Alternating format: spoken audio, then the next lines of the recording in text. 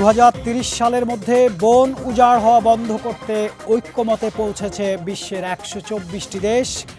এই সংক্রান্ত চুক্তিতে স্বাক্ষর করেছে দেশগুলো। তবে এই তালিকায় নাম লেখায়নি বাংলাদেশ। বাংলাদেশের প্রধানমন্ত্রী বিশ্ব নেতাদের কাছে বার্তা পৌঁছাচ্ছেন। বাংলাদেশের যে চাহিদা, অর্থাৎ জলবায়ু পরিবর্তনের কারণে বা বিশ্বের ধনী দেশগুলো যেভাবে কার্বন নিঃসরণ করছে, তাতে বাংলাদেশ অন্যতম ক্ষতিগ্রস্ত দেশ। বাংলাদেশ বিশ্ব নেতাদের কাছে বা বিশ্বের শক্তিধর দেশগুলোর কাছে বছরে যে $100 বিলিয়ন ছাড়ের দাবি জানিয়ে আসছেন। বাংলাদেশের প্রধানমন্ত্রী পৃথিবীর এই প্রান্ত থেকে ওই প্রান্ত পর্যন্ত ছুটে বেড়াচ্ছেন, বিশ্ব নেতাদের সঙ্গে দেন দরবার করছেন বছরে অন্তত $100 বিলিয়ন ছাড় করানোর জন্যে।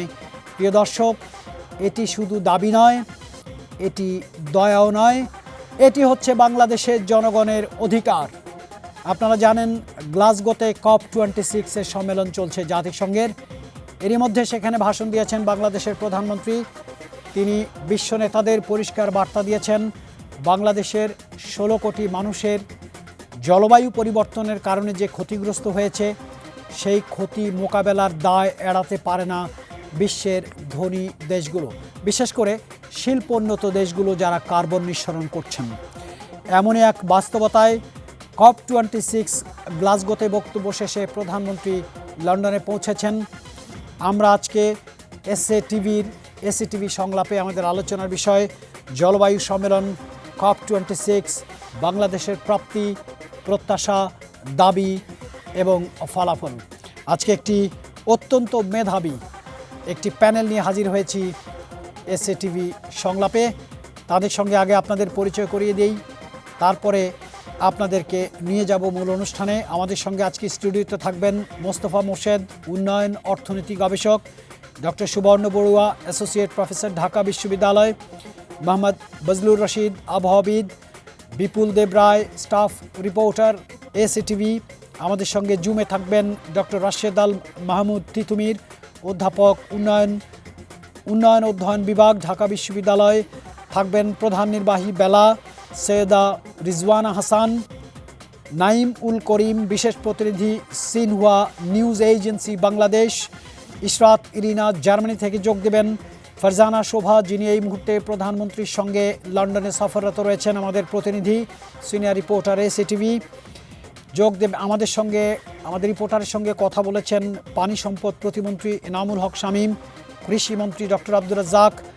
এছাড়াও আমাদের বিপুল দেব রায় গত এক সপ্তাহ ধরে COP26 গ্লাসগো ফলো করছেন, প্রধানমন্ত্রী সফর ফলো করছেন এবং জলবায়ু পরিবর্তন নিয়ে ধারাবাহিক রিপোর্ট করছেন। তার একটি বিশেষ র্যাপ আপ রিপোর্ট রয়েছে আজকের অনুষ্ঠানে। এবং COP26-এ দেয়া বাংলাদেশের প্রধানমন্ত্রীর ভাষণের গুরুত্বপূর্ণ অংশগুলো নিয়েও আমরা আলোচনা করব। সেই জন্য সেই বক্তব্যের কিছু অংশ আমরা চালাবো। দর্শক, অনুষ্ঠানের মূল পর্বে আপনাদের প্রত্যেককে আমন্ত্রণ। আপনাদেরকে স্বাগত জানাতে স্টুডিওতে রয়েছি আমি, রাশেদ কাঞ্চন। আমার সঙ্গে স্টুডিওতে অতিথি রয়েছেন, অনলাইনে অতিথি রয়েছেন, রিপোর্ট প্রস্তুত রয়েছে এবং সংশ্লিষ্টদের বক্তব্য আপনাদের জন্য প্রস্তুত রয়েছে। আজকের অনুষ্ঠানে আমরা র্যাপ আপ করার চেষ্টা করব বা সামারি খোঁজার চেষ্টা করব বিশ্ব জলবায়ু সম্মেলন থেকে বাংলাদেশ কি দাবি জানিয়েছে, কি বোঝাতে পেরেছে, সাইডলাইন মিটিংগুলোতে কি আমাদের আলোচনার বিষয় ছিল, আমরা কি পাচ্ছি, আমাদের অবস্থানটা কোথায়। এবং যেই বক্তব্যটি দিয়ে শুরু করেছিলাম, কার্বন নিঃসরণকারী পরাশক্তিগুলোর কাছে বছরে $100 বিলিয়ন ছাড় করার যে প্রস্তাব নিয়ে প্রধানমন্ত্রী বিশ্বের এই প্রান্ত থেকে ওই প্রান্তে ছুটে বেড়াচ্ছেন, সেটি কোনো দয়া নয়, সেটি কোনো সহযোগিতা নয়, সেটি হচ্ছে আমাদের অধিকার।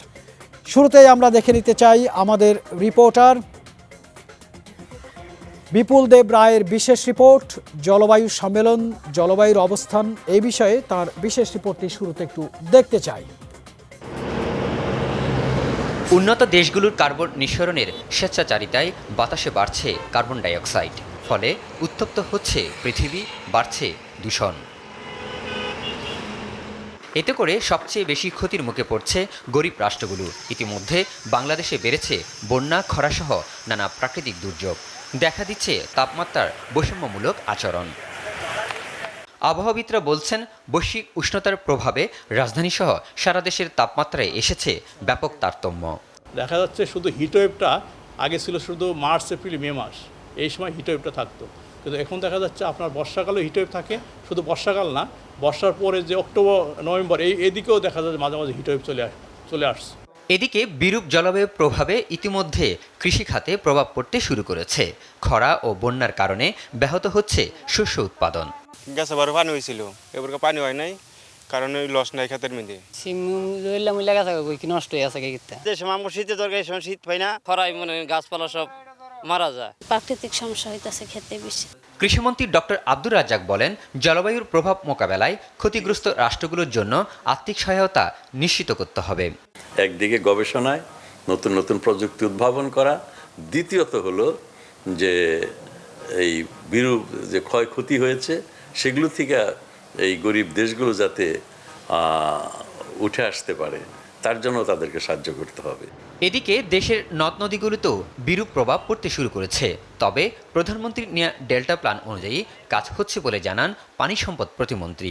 জলবায়ু পরিবর্তনজনিত প্রভাব মোকাবেলায় যা যা উদ্যোগ নেওয়া দরকার আমরা সারা দেশেই বিশেষ করে উপকূল অঞ্চলকে প্রাধান্য দিয়ে এবং সারা দেশের ঝুঁকিপূর্ণ অঞ্চলগুলোকে প্রাধান্য দিয়ে আমরা কাজ করছি। এ বিষয়ে COP26 সম্মেলনে প্রধানমন্ত্রী শেখ হাসিনা বলেন, সমুদ্রের উচ্চতা বৃদ্ধি, নদী ভাঙন ও লবণাক্ততা বৃদ্ধি, বন্যা ও খরার মতো প্রাকৃতিক ঘটনায় বাস্তুচ্যুত হওয়া জলবায়ুর অভিবাসীদের দায়িত্ব বিশ্ব নেতাদের ভাগ করে নিতে হবে। The temperature rise is contained within 1.5 degrees Celsius. We call upon the presidency of COP26 and the members of the UNFCCC to adopt the Climate Emergency Pact as a part of COP26 declaration. জলবায়ু পরিবর্তন মোকাবেলায় উন্নয়নশীল দেশগুলোকে বছরে $100 billion প্রদানের অঙ্গীকার ধনী রাষ্ট্রগুলোকে অবশ্যই পূরণ করতে হবে বলে জোর দেন তিনি। For each of the entire 5-year period from 2020 to 2024 with a 50-50 ratio between adaptation and mitigation. রাষ্ট্রগুলো তাদের প্রতিশ্রুতি অনুযায়ী তহবিল না দেওয়ায় জলবায়ু ঝুঁকিপূর্ণ গরিব দেশগুলো অসহায়তার মধ্যে পড়তে হচ্ছে। তাই এই অর্থ বাংলাদেশের জন্য কোনো দান নয়, এটা 16 কোটি মানুষের অধিকার বলে মনে করছেন সকলেই। বিপুল দেবরাই, এসিটিভি, ঢাকা। মোস্তফা মোর্শেদ, উন্নয়ন অর্থনীতি গবেষক, আপনার কাছে আসতে চাই। প্রশ্নটা খুব স্বাভাবিক। সব কথা শেষ কথা হচ্ছে, বাংলাদেশের প্রধানমন্ত্রীও পরিষ্কার ভাষায় বার্তা দিয়েছেন যে উন্নয়নশীল দেশগুলোকে যে $100 বিলিয়ন বছরে ছাড় দেবার কথা রয়েছে, এটি প্যারিস চুক্তির বাস্তবায়ন চাচ্ছেন। এই চুক্তিটি আগে হয়েছিল, কিন্তু সেটির কোনো অগ্রগতি হয়নি। আপনার কাছে জানতে চাই, আসলে তাহলে এই উন্নয়ন ফান্ডগুলোর কি অবস্থা? ধন্যবাদ আপনাকে। আমি একটু ব্যাকগ্রাউন্ড থেকে আসি। আপনারা জানেন উন্নয়নের যে সংজ্ঞা, তার যাত্রা হয়েছিল 1940-এর দশকে। তখন শুরুতে আমরা উন্নয়নকে এভাবে ডিফাইন করতাম যে একটা দেশের অর্থনৈতিক প্রবৃদ্ধি দ্বারা আমরা উন্নয়নকে ডিফাইন করতাম। তারপর দেখা গেল পপুলেশন যদি বেড়ে যায় তাহলে আসলে শুধু গ্রোথ আসলে উন্নয়নকে ডিফাইন করতে পারছে না। তখন আমরা চিন্তা করলাম, অর্থনীতিবিদগণ নিয়ে আসলেন যে আমরা উন্নয়নকে ডিফাইন করছি পার ক্যাপিটা ইনকাম দ্বারা। তারপর 70-80-র দশকে, 60-70-এর দশকে উন্নয়নের সাথে দুটি বিষয় খুব গুরুত্বপূর্ণ চলে আসে। একটা ছিল দারিদ্র্য দূরীকরণ এবং বৈষম্য দূরীকরণ, পভার্টি রিডাকশন এবং ইনইকুয়ালিটি। তার ঠিক পরপর 1980-র দশকে এই দ্বিতীয় বিশ্বযুদ্ধের পর বিশ্বব্যাপী এক ধরনের গ্রোথ হয়েছে, ওয়ার্ল্ড ট্রেড বেড়েছে। এই সার্বিক অবস্থা বিবেচনায় 1980-র দশকে এসে দেখা গেল উন্নয়নকে আসলে যদি আপনি সাস্টেনেবল করতে চান তাহলে ডেফিনেটলি আপনাকে জলবায়ু পরিবর্তন সংক্রান্ত বিষয়গুলোতে অ্যাড্রেস করতে হবে। আপনি যেই প্রসঙ্গে এনেছেন যে এই জলবায়ু পরিবর্তনের ফলে আমাদের বিশ্বজুড়ে যে $100 বিলিয়ন যে প্রতিশ্রুতি কথা বলা হচ্ছে সেটা ডিসবার্সমেন্ট হচ্ছে কিনা, ব্যাকগ্রাউন্ডটা সেখান থেকে শুরু। যখন আমরা সাস্টেনেবল ডেভেলপমেন্ট বিবেচনা করছি, ইউএনডিপি খুব সুন্দর একটা ডেফিনেশন দিয়েছে। সাস্টেনেবল ডেভেলপমেন্টের ডেফিনেশন হচ্ছে আপনি আগামী প্রজন্মের কনজামশনকে ক্ষতিগ্রস্ত না করে আপনি আজকে কনজিউম করবেন। এখন এই কনজামশন করতে গিয়ে বড় বড় দেশ কি করছে আপনি দেখবেন, এই সকল আলোচনার পেছনে যে কাজটা করছে, আইদার আমি ইন্ডাস্ট্রিয়ালাইজেশন বলি, আমি শীতের দেশে আমি আমার রুম গরম করার কথাই বলি, কিংবা আমি যদি গাড়ির কালো ধোয়ার কথাই বলি, আলটিমেটলি যেই ইস্যুটা এসে দাঁড়াচ্ছে সেটা হচ্ছে কার্বন। এই কার্বন এমিশন কারা করছে? আপনি যদি টপ 6টা কান্ট্রি দেখেন, তাহলে 1 নম্বর দেশ হচ্ছে চায়না, যাদের কার্বন এমিশনের পরিমাণ রাফলি 29%। সেকেন্ড রয়েছে ইউনাইটেড স্টেটস, মার্কিন যুক্তরাষ্ট্র, যার কার্বন এমিশনের পরিমাণ 18%-এর মতো। তারপর রয়েছে তৃতীয়তে সম্ভবত রয়েছে ইন্ডিয়া, যার কার্বন এমিশন 7%। তারপর পর্যায়ক্রমে জাপান, রাশিয়া, জার্মানি। এই তালিকায় যেই কান্ট্রিগুলা কার্বন এমিট করছে না, সেই কান্ট্রিগুলোর মধ্যে 2 ধরনের দেশ দেখা যায়। একটা হচ্ছে যাদের অর্থনৈতিক গতি অনেক কম, দরিদ্র দেশগুলা, এবং হচ্ছে কিছু বিশেষ করে কিছু আইল্যান্ডগুলা, বিশেষ করে গ্রিনল্যান্ড, কিংবা যদি আপনি হেলেনা আইল্যান্ড বলেন, আইসল্যান্ড, কিরবাতি আইসল্যান্ড, তাদের কার্বন এমিশনের পরিমাণ অনেক কম। তবে এই কার্বন এমিশনের কারণে যেই ক্ষতিটা হচ্ছে, সেই ক্ষতির একটা বড় অংশ সাফারার হচ্ছে আপনার ছোট দেশগুলা। আমি একটু ব্যাখ্যা করে বলি। যেমন যখন আপনি কার্বন এমিট করছেন, চায়না সে কার্বন এমিট করে তার অর্থনৈতিক প্রবৃদ্ধি বাড়াচ্ছে, তার এই ইন্ডাস্ট্রিয়াল প্রোডাক্ট সেল করে তার এক ধরনের প্রফিট হচ্ছে, সে ওই প্রফিট মার্জিন থেকে যারা ক্ষতিগ্রস্ত হচ্ছে তাদেরকে কম্পেনসেট করতে পারছে। কিন্তু যারা ক্ষতিগ্রস্ত হচ্ছে এর বাইরে, জলবায়ু পরিবর্তন তো আসলে কোনো একটা একক ইউনিট না, কোনো একটা সিঙ্গেল কোনো দেশের বিষয় নয়। জি, আমি আজকে যতই এফোর্ট দেই আমার জায়গায় Bangladesh, you can't save I yourself. Can't save my okay, climate. দারুণ জায়গায় আপনি এসেছেন। আমি এই জায়গায় ডক্টর সুবর্ণ বড়ুয়ার কাছে যেতে চাই। তিনি ঢাকা বিশ্ববিদ্যালয়ের অ্যাসোসিয়েট প্রফেসর। এই বিষয় নিয়ে, গ্রিন ফাইন্যান্স নিয়ে আপনি কাজ করছেন, গ্রিন ফাইন্যান্স নিয়ে আপনি গবেষণা করছেন, পড়ছেন, পড়াচ্ছেন। পরিষ্কার একটা চিত্র পেতে চাই, সেটা হচ্ছে হোয়াট ইজ গ্রিন ফাইন্যান্স, এবং সাধারণ জনগণ, পৃথিবীর অধিবাসী, আমরা যারা মানুষ, মানব সন্তান, ক্ষতিগ্রস্ত তো আমরা হচ্ছি। ক্লাইমেট চেঞ্জ সাধারণ জনগণ বুঝে না, জলবায়ুর পরিবর্তন সাধারণ জনগণ বোঝে না। তাদের ভাষায় ষড়ঋতুতে শীত, গ্রীষ্ম, বর্ষা, বসন্ত, তারা জানে না ধনী দেশগুলো কি করে কার্বন নিঃসরণ করে, শিল্প উন্নয়ন করে, সেই শিল্পের পণ্য বাংলাদেশে পাঠিয়ে বাংলাদেশের ক্রেতাদের কাছ থেকে টাকা নেয়, অর্থাৎ বাংলাদেশ বাজার। আবার ক্লাইমেট চেঞ্জ বা জলবায়ু পরিবর্তনের ক্ষতির পরিমাণটাও বাংলাদেশকে নিতে হয়। এটার ইন্টিগ্রেশনটা যদি আপনি করেন, ক্লাইমেট চেঞ্জ, গ্রিন ফাইন্যান্স, জলবায়ু পরিবর্তন, কার্বন নিঃসরণ, পরিবেশ দূষণ, আপনি কি করে খুব সাধারণ মানুষদেরকে বুঝিয়ে বলবেন বিষয়টা? ধন্যবাদ। আমার মনে হয় যে এটা খুব rightly on topic actually. Green finance নিয়ে, গ্রিন ফাইন্যান্স বলতে আমরা যেটা বোঝাই, যদিও গ্লোবালি কিছু ভ্যারিয়েশনস আছে এই ডেফিনেশনটা, বাট মেইনলি হচ্ছে any kind of financing that is, মানে যেটাকে আমরা আসলে ক্লাইমেট চেঞ্জের impact mitigation, adaptation, at the same time sustainable development করার জন্যে বিভিন্ন ধরনের যে ইকোনমিক অ্যাক্টিভিটিস, অর্থনৈতিক কর্মকাণ্ড, সেখানে আসলে যে বিনিয়োগগুলো যায়, এগুলোর অর্থায়নটাকেই আমরা আসলে গ্রিন ফাইন্যান্সিং বলি। তার মানে হচ্ছে এখানে ব্যবহার, অর্থের যে ব্যবহারটা, এটাই হচ্ছে মুখ্য, যে টাকাটা কোথায় ব্যবহৃত হচ্ছে। তো গ্রিন ফাইন্যান্সিং কিন্তু এখন গ্লোবালি খুব একটা অন্যতম প্রধান মিডিয়া, যার মাধ্যমে গ্লোবালি ক্লাইমেট যে ইম্প্যাক্ট মিটিগেশন ও অ্যাডাপ্টেশন, এটা নিয়ে সবাই কাজ করছেন এবং চেষ্টা করছেন যে এইভাবে করে যদি আমরা গ্রিন ফাইন্যান্সটাকে যদি বাড়াতে পারি, তাহলে ইম্প্যাক্ট মিটিগেশন বা অ্যাডাপ্টেশন হয়তো বা পসিবল। কিন্তু আমাদের যে দুর্ভাগ্যটা, সেটা হচ্ছে আপনি খেয়াল করে দেখবেন যে আমরা গ্লোবালি যে পরিমাণ গ্রিন ফাইন্যান্সিং হচ্ছে, এর অলমোস্ট 90% টাকাই কিন্তু যায় মিটিগেশনের জন্য, অ্যাডাপ্টেশনের জন্য না। আমি একটু যদি বলি, মিটিগেশনটা হচ্ছে যখন আপনি রিনিউয়েবল এনার্জিতে ইনভেস্ট করেন, তার মানে আপনি টেম্পারেচার কন্ট্রোল হতে, মানে বাড়তে দিতে চাচ্ছেন না, বিধায় এটা করছেন, এটা হচ্ছে মিটিগেশন। আর অ্যাডাপ্টেশন হচ্ছে আপনি ক্ষতির মুখোমুখি, সেখান থেকে আপনি কীভাবে আপনি নিজেকে রিকভার করবেন। একটু আগে আমাদের মন্ত্রী মহোদয় যেটি বললেন, তো অ্যাডাপ্টেশনটা হচ্ছে লোকালাইজড।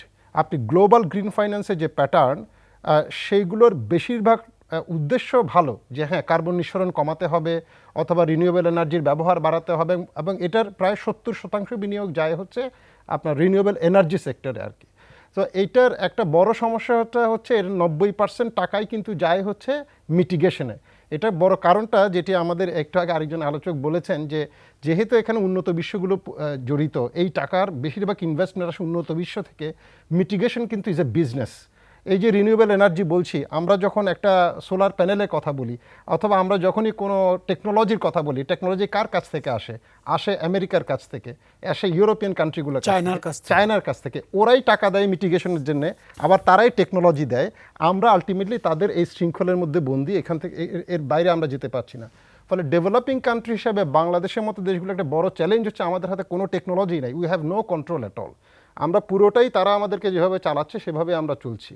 এবং এইটার বড় প্রবলেমটাই হলো, যেহেতু 10 ভাগ টাকা যায় গ্লোবালি অ্যাডাপ্টেশনে, আমাদের প্রকৃত যে ক্ষয়ক্ষতি সেটা রিকভারিতে আসলে আমরা পর্যাপ্ত টাকা পাচ্ছি না। এবং সেই জায়গায় মাননীয় প্রধানমন্ত্রী যে কথাটি বলেছেন, দাবিটি জানিয়েছেন, মানে এটা অত্যন্ত যৌক্তিক এবং এটাই হওয়ার কথা।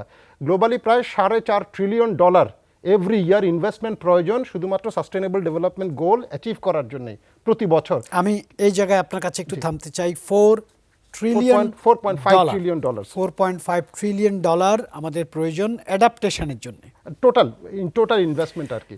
আপনাকে এই জায়গায় একটু থামাতে হচ্ছে। আমি একটু সংযোগে পেতে চাই অধ্যাপক, উন্নয়ন অধ্যয়ন বিভাগ, ঢাকা বিশ্ববিদ্যালয়, ডক্টর রাশেদ আল মাহমুদ তিতুমির, তিনি আমাদের সঙ্গে সংযোগে রয়েছেন। তার কাছে একটু জানতে চাই, এই যে $4.5 ট্রিলিয়ন হচ্ছে ওভারঅল কম্পেনসেশন, অ্যানুয়াল কম্পেনসেশন যেটা দরকার, সেটি তো দিতে হবে উন্নত রাষ্ট্রগুলোকে যারা কার্বন নিঃসরণ করে, যাদের শিল্প বিপ্লবের কারণে, শিল্প রাজত্বের কারণে, যাদের শিল্প প্রতিযোগিতার কারণে অনুন্নত দেশগুলো বা উন্নয়নশীল দেশগুলো ক্ষতিগ্রস্ত হচ্ছে, সাচ এজ বাংলাদেশ।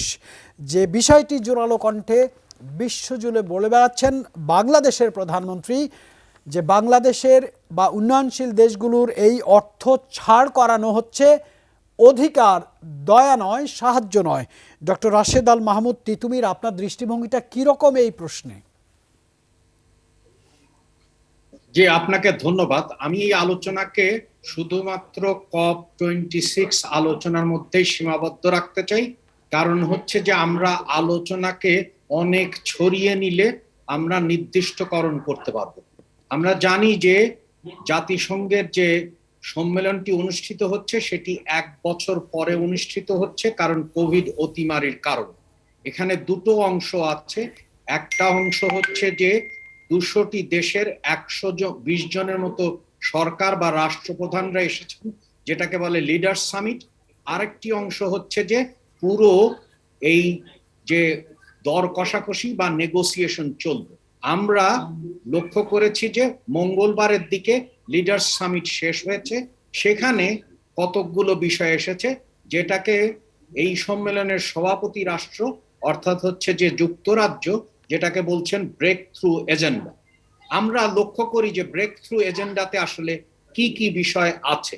প্রথম বিষয় হচ্ছে যে তারা বলেছেন, যেটা আপনি শুরুতেও বলার চেষ্টা করেছেন, সেটি হচ্ছে যে বন উজাড়ের বিষয়, তারপরে দ্বিতীয় হচ্ছে মিথেন নিঃসরণের ব্যাপারে, এবং তৃতীয় হচ্ছে যে আপনার অর্থায়নের ব্যাপার। তাহলে আমরা দেখি যে হেডলাইনের যেগুলো বলা হয়েছে আসলে সেগুলো কতটুকু কথামালা আর কতটুকু তার সাথে বাস্তবের মিল আছে। তা আমরা প্রথমে মিথেন নিঃসরণ নিয়ে চিন্তা করি। আমরা জানি যে মিথেন নিঃসরণটা অনেক বেশি মাত্রায় হয় এবং উষ্ণায়নের মাত্রা বেশি, তাহলে তো খুব ভালো কথা।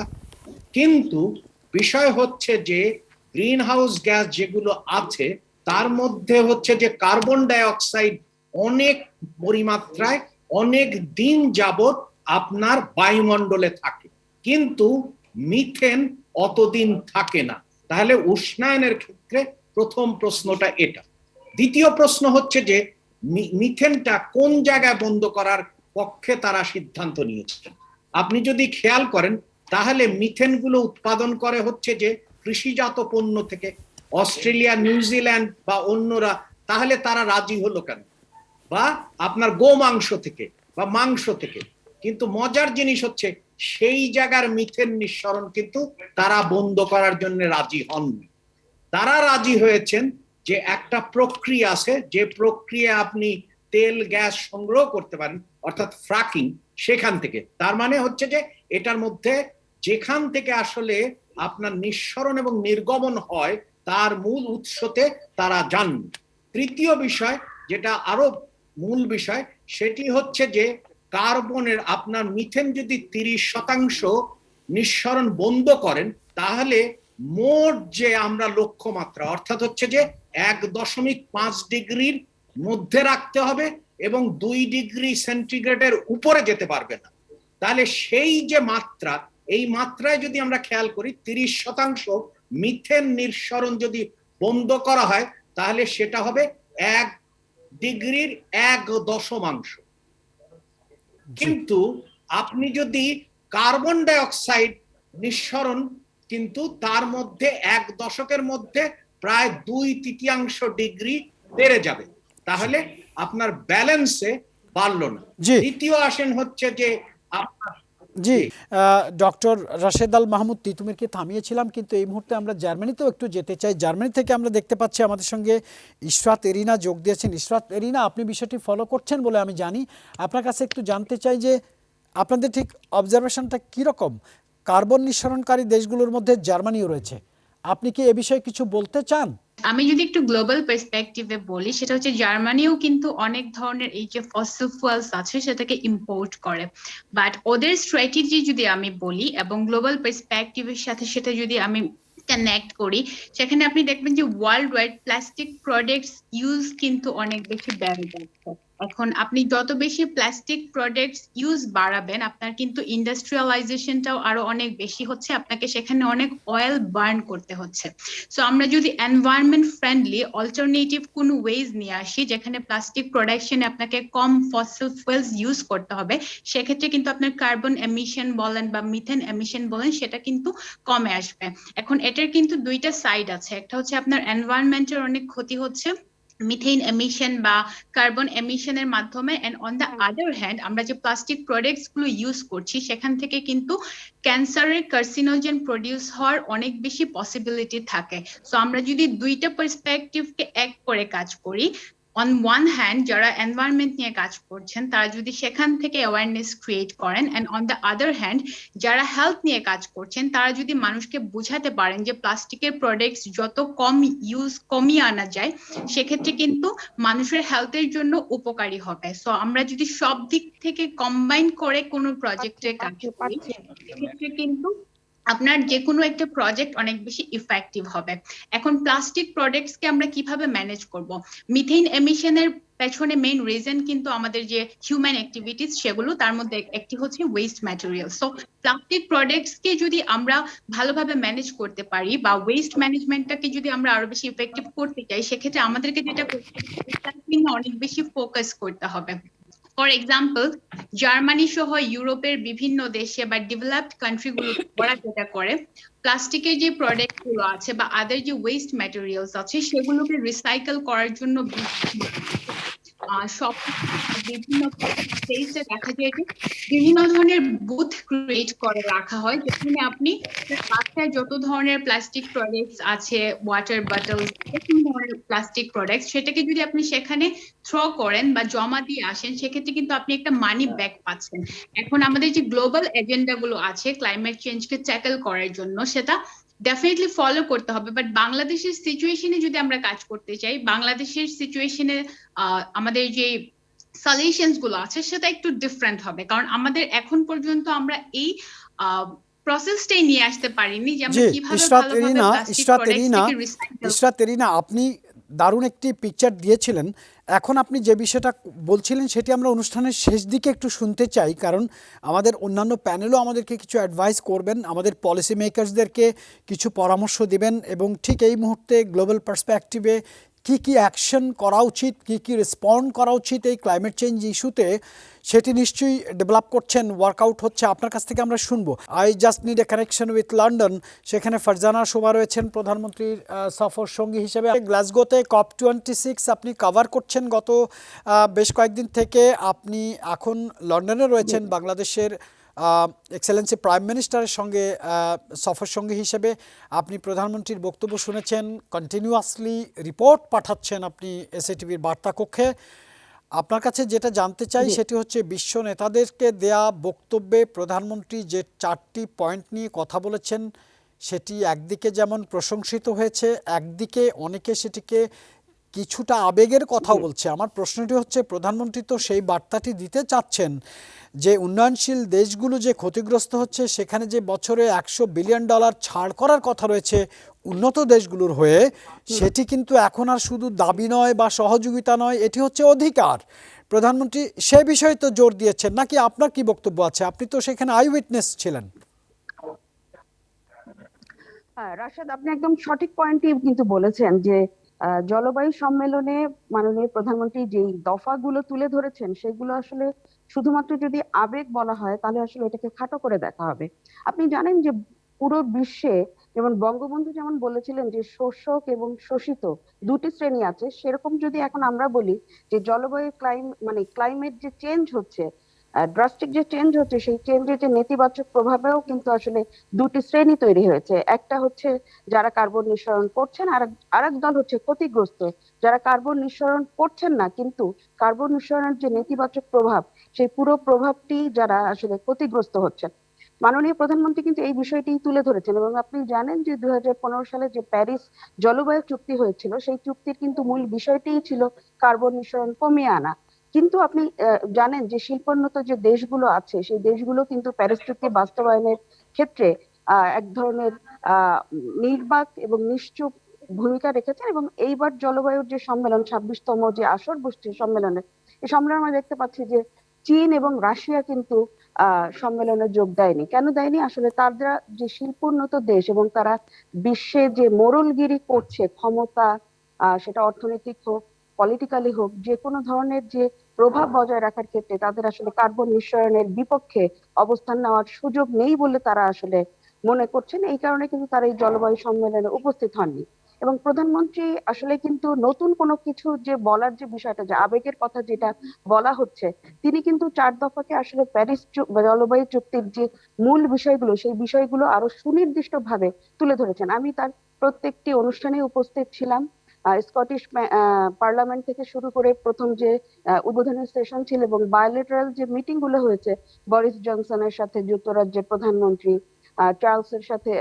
প্রিন্স চার্লসের সাথে যে সৌজন্য সাক্ষাৎ থেকে শুরু করে প্রত্যেকটা ক্ষেত্রে কিন্তু উনি ওনার বক্তব্যে অন্তত সুনির্দিষ্ট একটি ভূমিকা রেখেছেন এবং উনি বারবার বলেছেন যে এই যে প্যারিস চুক্তি বাস্তবায়ন কেন হচ্ছে না সেই বিষয়টি উনি তুলে ধরেছেন এবং বলেছেন যে যে ছোট ছোট দেশগুলো আছে তারা কিন্তু তাদের প্রতিশ্রুতি রেখেছে। যেমন তিনি বাংলাদেশের অবস্থান তুলে ধরেছেন যে কার্বন নিঃসরণের ক্ষেত্র থেকে বাংলাদেশ এমনিতেও তেমন সক্রিয় ছিল না, কিন্তু তারপরেও তারা আস্তে আস্তে সরে আসছে এবং আমাদেরকে বিদ্যুতে আমরা যে স্বয়ংসম্পূর্ণ হতে চলেছি উইদিন ভেরি শর্ট টাইম, সেই বিষয়টি তিনি তুলে ধরে বলেছেন যে বাংলাদেশ কিন্তু জীবাশ্ম জ্বালানির ব্যবহার থেকে ক্রমশ সরে আসছে এবং এসডিজি বাস্তবায়নের ক্ষেত্রে এই যে জীবাশ্ম জ্বালানি থেকে সরে আসা এবং বিদ্যুতের উপরে স্বনির্ভরতা বাড়ানো এবং কয়লা বিদ্যুৎ কেন্দ্র থেকে সরে আসা, এই বিষয়গুলো কিন্তু উনি বারবার তুলে ধরে বলেছেন যে বাংলাদেশ যদিও কার্বন নিঃসরণে বড় কোনো ভূমিকা রাখতো না, কিন্তু তার পুরোপুরি ক্ষতিগ্রস্ত দেশ হিসেবে বাংলাদেশ কিন্তু এখনো মনে করে সে তার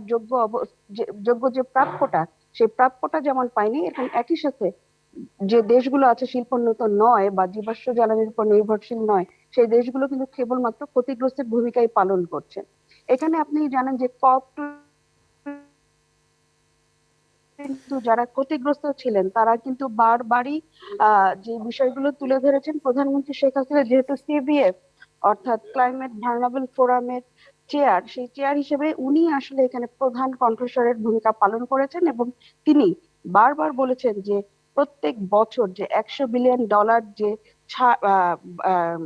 অনুদান বলবো না, এটাকে আমি বলবো যে প্রাপ্য ক্ষতিগ্রস্ত দেশগুলোর, সেই দেশগুলোর প্রাপ্য কেন তারা পাচ্ছেন, এবং তিনি সুনির্দিষ্ট ওয়ে আউট দেখিয়ে দিয়েছেন যে খুব দ্রুত সময়ের মধ্যে এই অর্থ সেই দেশগুলোর পাওয়া উচিত। আপনি জানেন যে ফারজানা শোভা, বাংলাদেশের প্রধানমন্ত্রী বিশ্বমঞ্চে শুধু বাংলাদেশের হয়ে এই ফান্ড ছাড়ের কথা বলছেন না, যেহেতু তিনি এই সংক্রান্ত কমিটির চেয়ারম্যান, তিনি যেই আওয়াজটি তুলেছেন, তিনি যে দাবিগুলো জানাচ্ছেন, সেটি হচ্ছে বিশ্বের উন্নয়নশীল দেশগুলোর হয়ে প্রধানমন্ত্রী এখন বিশ্বমঞ্চে ভয়েস রেজ করেছেন। এটি নিয়ে আমরা আপনার সঙ্গে আবার কথা বলবো। আমাদের অনুষ্ঠানের এই পর্যায়ে আমাদের একটা বিরতি নিতে হবে। বিরতিতে যাবার আগে দর্শক যেটি বলতে চাই সেটি হচ্ছে এই ফান্ডটি ছাড় করানো উন্নয়নশীল দেশগুলোর অধিকার নয়, দাবি নয়, আমি দুঃখিত, দাবি নয় বা সাহায্য নয়, এটি হচ্ছে অধিকার। এ বিষয়ে কথা বলতে একটি মেধাবী প্যানেলের সঙ্গে আলোচনা করতে আমরা ফিরে আসছি এক্ষুনি।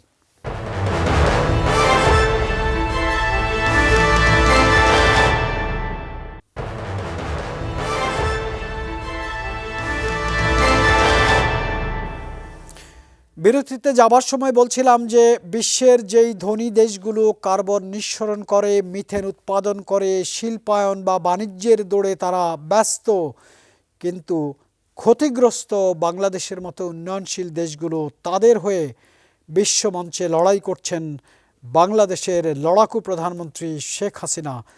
তার দাবি, এটি কোনো দাবি নয়, এটি সাহায্য নয়, এটি সহযোগিতা নয়, এটি হচ্ছে উন্নয়নশীল দেশগুলোর অধিকার। এ পর্যায়ে আবহাওয়াবিদ মোহাম্মদ বজলুর রশিদ রয়েছেন আমাদের স্টুডিওতে। আমরা তাকে আমন্ত্রণ জানিয়েছিলাম।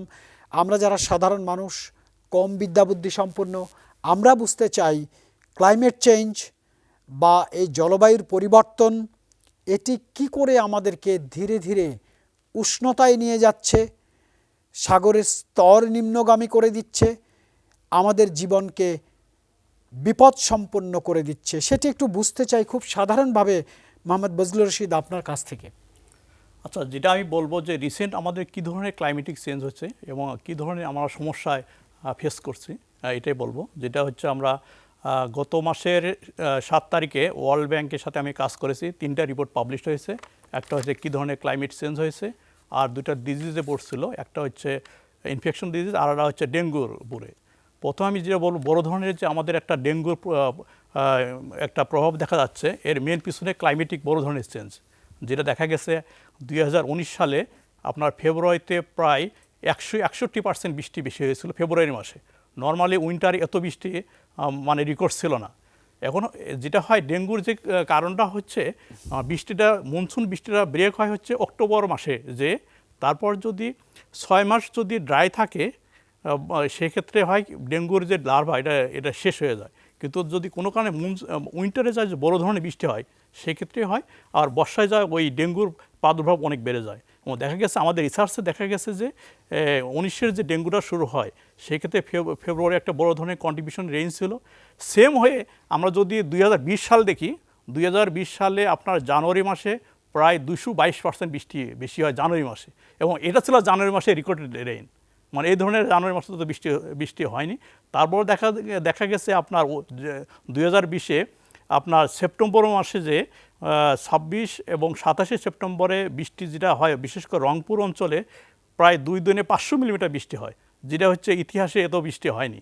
দেখা যাচ্ছে পরপর 2টা এত এক্সট্রিম বৃষ্টি হয়েছে, এগুলো আপনার বিশেষ করে এই ডেঙ্গুর ক্ষেত্রে একটা বড় ধরনের অ্যালার্মিং তৈরি হয়েছে।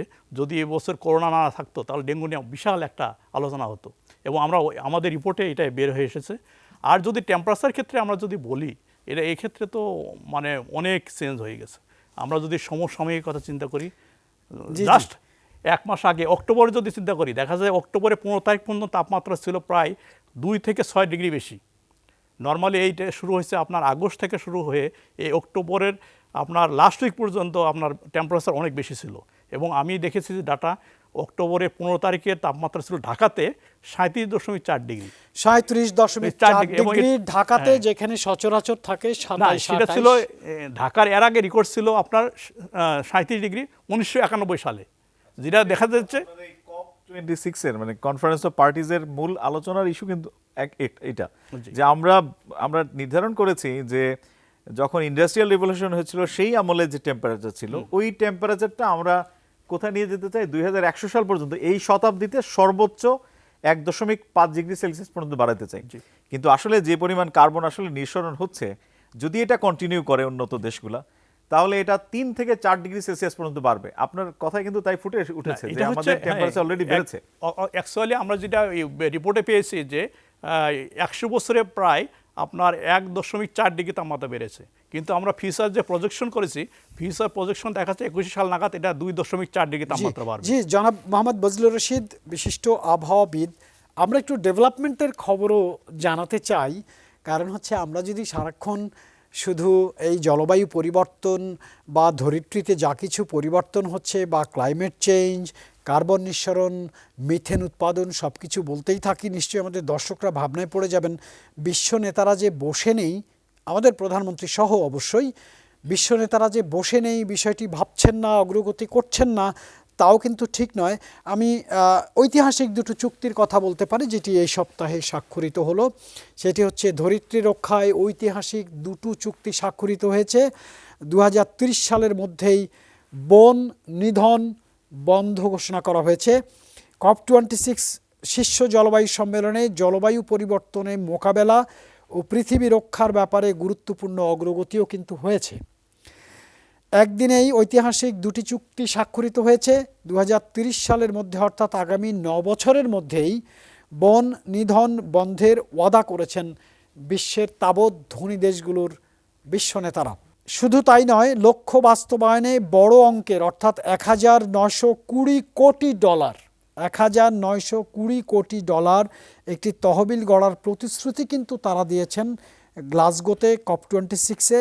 এদিকে 2030 সালের মধ্যে শক্তিশালী গ্রিনহাউস গ্যাস মিথেনের নির্গমন 30% কমানোর লক্ষ্যে যুক্তরাষ্ট্র এবং ইইউ অর্থাৎ ইউরোপীয় ইউনিয়নের নেতৃত্বাধীন এক চুক্তিতে স্বাক্ষর করেছে বিশ্বের অন্তত 90টি দেশ।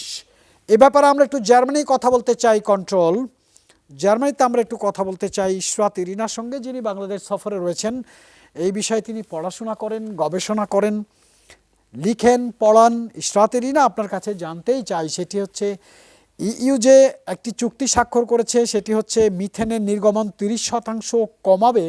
সেখানে যুক্তরাষ্ট্রের সঙ্গে চুক্তিটি হয়েছে, কিন্তু বিশ্বের অন্যতম দুটি শক্তিশালী দেশ পরাশক্তি চায়না এবং রাশিয়া এই লিডার সামিটে যোগ দেয়নি। ফলে এই চুক্তিটির আসলে বাস্তবায়ন বা এটার প্রসপেক্টটা আসলে আমরা কতখানি আশা করতে পারি, যেখানে পরাশক্তি চীন এবং রাশিয়া এই সামিটে যোগই দেয়নি।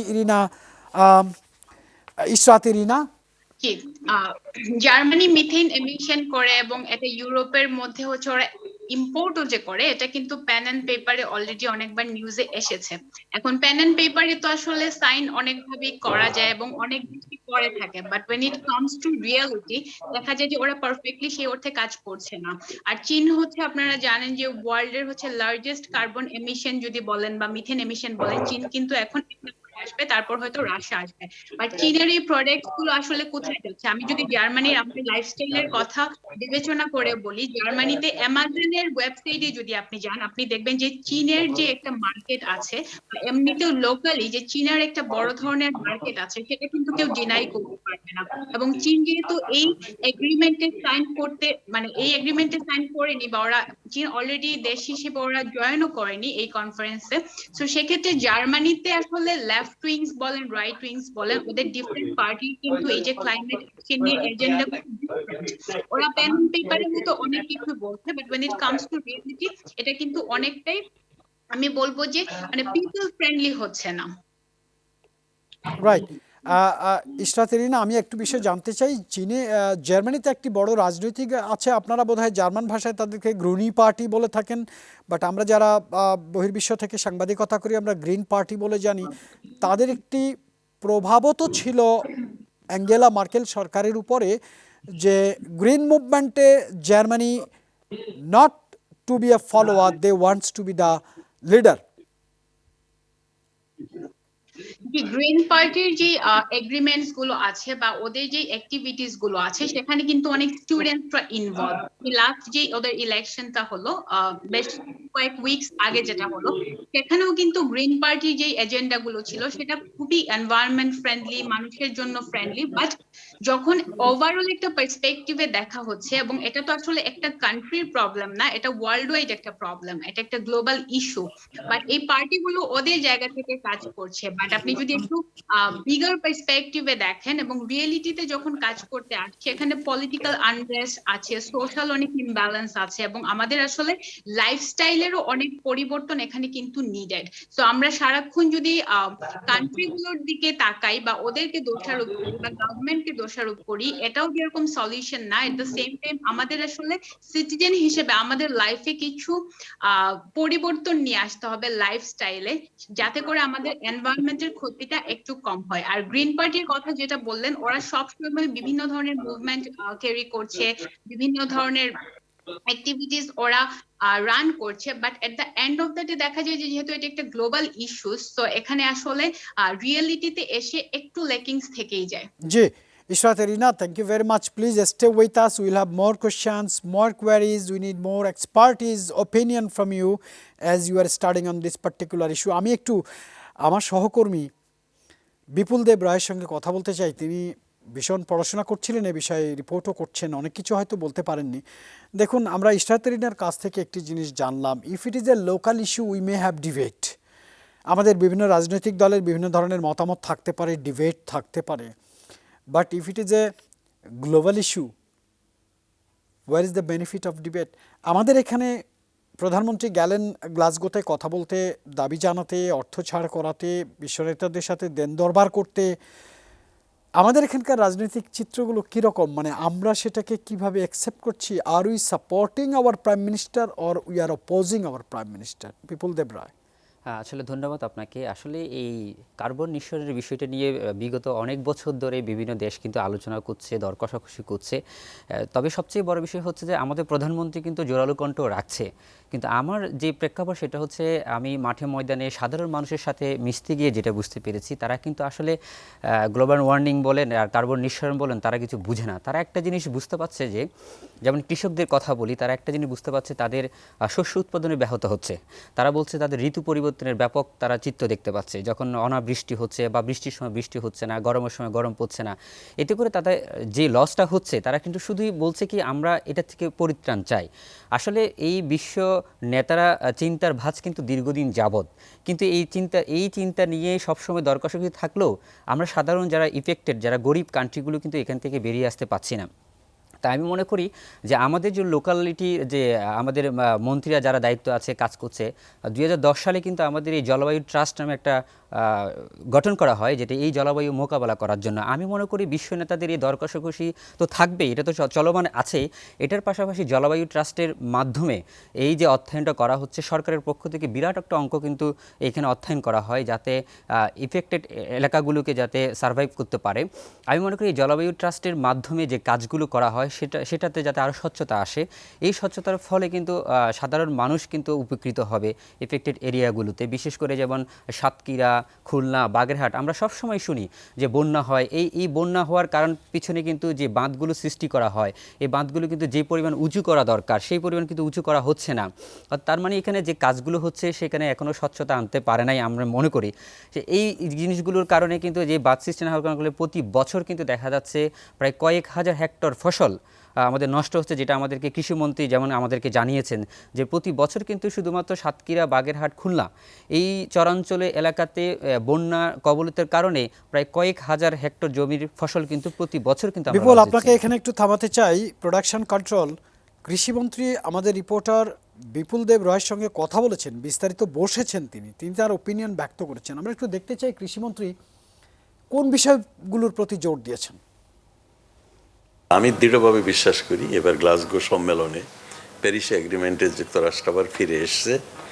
যুক্তরাষ্ট্র সহ অন্য পৃথিবীর ধনী দেশগুলো নতুন করে তেমন কমিটমেন্টের দরকার নেই। আগে যে কমিটমেন্ট তাদের রয়েছে সেগুলো বাস্তবায়নের প্রসিডিউর কিভাবে, তার জন্য অর্থ কোথায় থেকে আসবে, কোন দেশ কি ভূমিকা রাখবে, ইয়েতে দূষিত যে সমস্ত গ্যাস, কার্বন ডাইঅক্সাইড, ক্লোরোফ্লোরোকার্বন, এই সমস্ত গ্যাস, দূষণীয় গ্যাসগুলো যেগুলো ক্ষতি করছে, ওজোন লেয়ারকে ধ্বংস করছে, সেগুলোকে কিভাবে আমরা কমিয়ে নিয়ে আসতে পারবো, এই একটা দিক। আরেকটি হলো যে অলরেডি যে ক্ষতি হচ্ছে, দেখা যাচ্ছে যে আজকে ক্যালিফোর্নিয়ার মতো জায়গায় উষ্ণতা হয়ে অস্বাভাবিক ওয়াইল্ড ফায়ার, দাবানল হচ্ছে, গ্রিসে হচ্ছে, এত টেম্পারেচার বেশি যেটা অতীতের সকল রেকর্ডকে ভঙ্গ করছে। আবার অস্বাভাবিকভাবে বন্যাও হচ্ছে কোনো কোনো দেশে, যেখানে কোনো দিন বন্যা হয় না।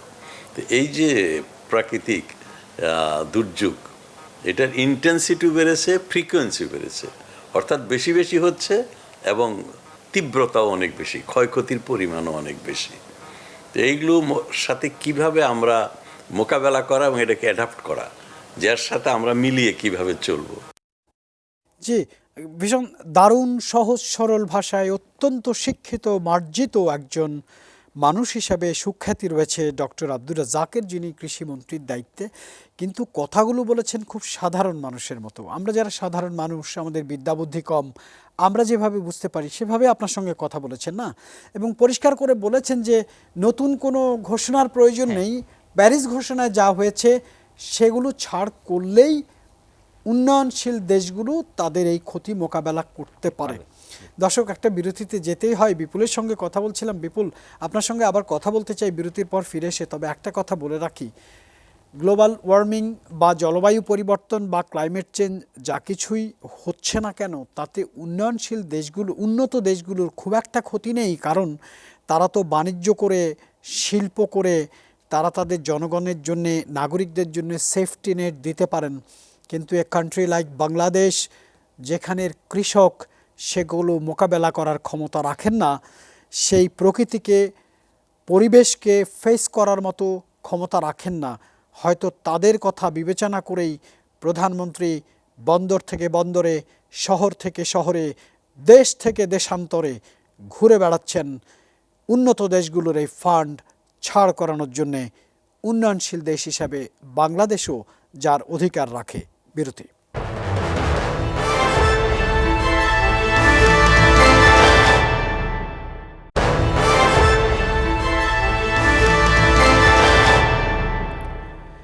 দর্শক, আগেই বলছিলাম উন্নত দেশগুলোর কাছে উন্নয়নশীল দেশগুলোর পাওনা বছরে $100 বিলিয়ন।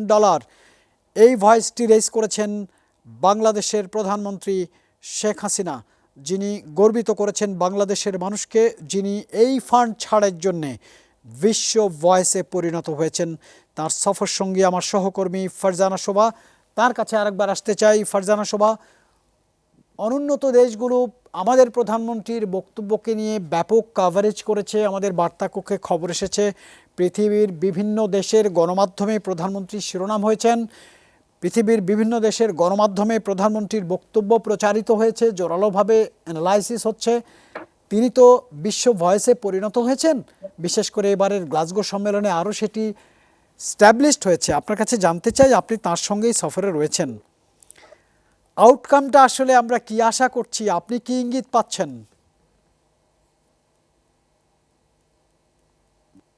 রাশিয়ার খুব আশার কথা আমি বলবো যে উন্নত শিল্পোন্নত দেশগুলো কিন্তু সিবিএফ এর যে বৈঠক হয়েছে সেখানে তারা সক্রিয় ভূমিকা পালন করেছেন, এবং তারা কিন্তু বারবার, আমি আপনাকে যে আশার বাণী শোনাতে চাচ্ছি, অনেক শিল্পোন্নত দেশও কিন্তু প্যারিস চুক্তির বেশ কয়েকটি দফার সাথে একমত হয়েছেন, এবং তারা এতদিন যে নিশ্চুপ একটি অবস্থান তাদের ছিল সেই জায়গা থেকে তারা সরে এসছেন। আমি আপনাকে যদি একটু মনে করিয়ে দিই যে এবারকার যে প্যারিস চুক্তি সম্মেলনে নিয়ে যে বারবার আলোচনা হচ্ছে, সেখানে কিন্তু মনে করিয়ে দেওয়া হয়েছে যে এই শতকে আপনার বিজ্ঞ প্যানেলিস্টরা যেমন বলছিলেন যে পৃথিবীর উষ্ণতা বৃদ্ধির বিষয়টিকে নিয়ন্ত্রণ করা যায় কিনা। এইবারে জলবায়ু সম্মেলনে কিন্তু বলা হয়েছে যে এই উষ্ণতা বৃদ্ধির যে হার সেটি খুব বেশি হলে 1 থেকে 1.5 ডিগ্রির মধ্যে কিন্তু রাখতে হবে। এবং সব মিলে যদি আমি বলি যে বরিস জনসন থেকে শুরু করে এখানে বিশ্ব নেতারা যারাই ছিলেন, আপনি বলছিলেন যে যুক্তরাজ্য কিন্তু তাদের অবস্থান থেকে সরে এসে জলবায়ুর নেতিবাচক প্রভাব যাতে নিয়ন্ত্রণ করা যায় সেই বিষয়টিতে তারাও সক্রিয় হয়েছেন। এবং এই কয়েকদিনে প্রধানমন্ত্রীর যে সফর যদি আমি বলি, প্রধানমন্ত্রীর সাথে যতজন বিশ্ব নেতার সাথে আনুষ্ঠানিক এবং অনানুষ্ঠানিক কথা হয়েছে, তারা প্রত্যেকেই বাংলাদেশের অবস্থানকে এবং শেখ হাসিনার যে সুপারিশগুলো, মাননীয় প্রধানমন্ত্রীর যে সুপারিশ দফাগুলো তিনি জোরালোভাবে এবং কনফিডেন্সের সাথে তুলে ধরেছেন, প্রত্যেকটির সাথে কিন্তু তারা একমত হয়েছেন। এবং পাশাপাশি আরেকটু বলে রাখি যে তিনি প্রান্তিক জনগোষ্ঠীর কণ্ঠস্বর হয়ে কথা বলেন, আমরা যেটা বলে থাকি। তিনি কিন্তু এইবারের সম্মেলনে বারবার বলেছেন। এবং আরেকটা বিষয় বলি যে নারী এবং শিশু যে কোনো প্রাকৃতিক বা মানব সৃষ্ট যে কোনো দুর্যোগে এরাই সবচেয়ে ভালনারেবল সিচুয়েশনে থাকে, এবং এদের উন্নয়নে এবং মূলধারায় সম্পৃক্ত করার কথা তিনি বারবার বলেছেন। এবং নারী এবং শিশুর জন্য কিন্তু আলাদা বরাদ্দ রাখতে বলেছেন, যাতে এই প্রাকৃতিক দুর্যোগে বা জলবায়ু পরিবর্তনের বিরূপ প্রভাব মোকাবেলা করতে যেন তারা আরো বেশি সক্রিয় হন।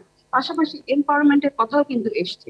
এবং আমি আরেকটু জানিয়ে রাখি, যেহেতু আপনি জানেন যে একটা ইনভেস্টমেন্ট সামিট আজকে অনুষ্ঠিত হয়েছে, সেই অনুষ্ঠানে প্রধানমন্ত্রীর বক্তব্য থেকে একটু বলতে চাই।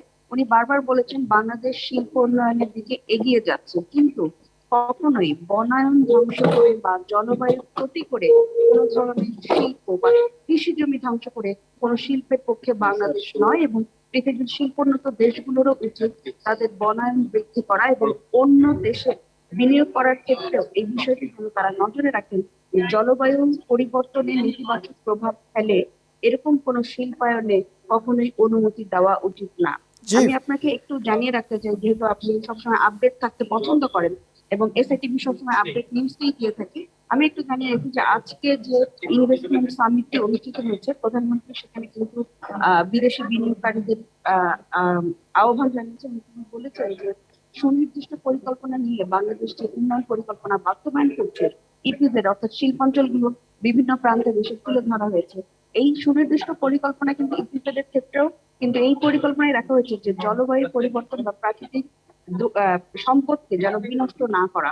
প্রধানমন্ত্রী আরো এই জলবায়ু সম্মেলনের কথা আমি যদি বলি, যে তিনি বারবার বলেছেন যে এটি কোনো অনুদান নয়, দয়া নয়, ক্ষতিগ্রস্ত দেশগুলো এটা প্রাপ্য এবং শিল্পোন্নত দেশগুলো যারা বাণিজ্য করছে সারা বিশ্বে প্রভাব বজায় রাখছে তাদের অবশ্যই দ্রুততম সময়ের মধ্যে এই অর্থ ছাড় করতে হবে এবং সঠিক প্রাপকের হাতে এই দ্রুত সময়ের মধ্যে এই টাকা পৌঁছাতে হবে। ফারজানা শোভা, ফেয়ার এনাফ প্রধানমন্ত্রীর বক্তব্যের অর্থগুলো এরকমই তো বাংলাদেশের জনগণ প্রত্যাশা করে, কারণ তিনি তো সেই প্রধানমন্ত্রী, প্রত্যেকটি বিষয়ে তিনি এগিয়ে থাকেন।